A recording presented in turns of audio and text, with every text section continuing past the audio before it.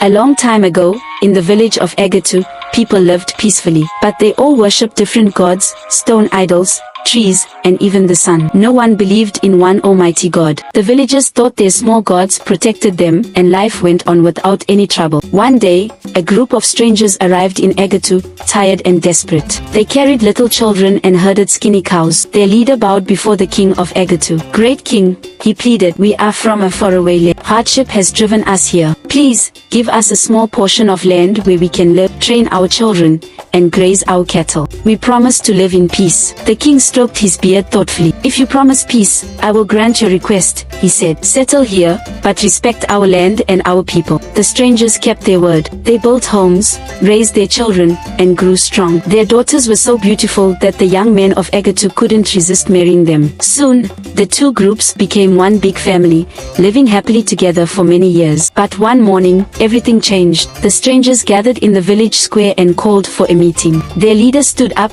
his voice loud and commanding. "Agatu people," he said, "this land now belongs to us. Leave at once, or we will make you." The villagers were shocked. "What?" cried an elder. "We welcomed you into our home. How can you now turn against us? This is our land now," the strangers said firmly. "Leave, or face the consequences."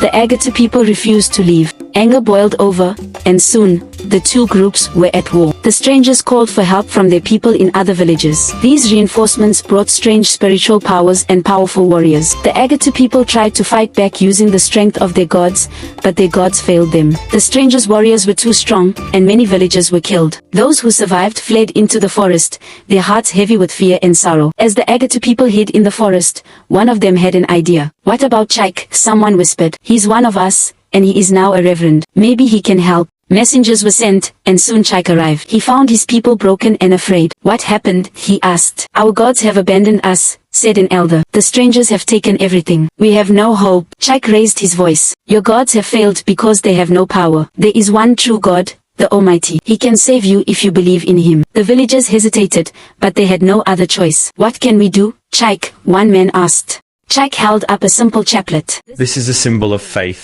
I will bless it. Whoever wears it and be invisible to the enemy but will see them clearly. Trust in God, and He will give you victory." Desperate and filled with new hope, the villagers accepted the chaplets. The next day, they marched to the battlefield, wearing them. On the battlefield, the strangers looked around, confused. "Where are the Agatu warriors?" they shouted. But the Agatu warriors could see everything. One by one, they struck down their enemies, moving like shadows. The strangers panicked and fled. The battle was over. The Agatu people stood victorious, their land reclaimed. They returned to the village, singing songs of praise. Chike gathered them together. "Today, you have seen the power of the Almighty God," he said. "Will you now believe in Him?" The people knelt as one. "We believe," they cried. "From today, we will serve the Almighty God." And so, Agatu became a village of faith. Their story was told for generations, a tale of how faith and unity can overcome even the darkest times. Subscribe to African Storyteller Hub. Turn on the notification bell to get notified.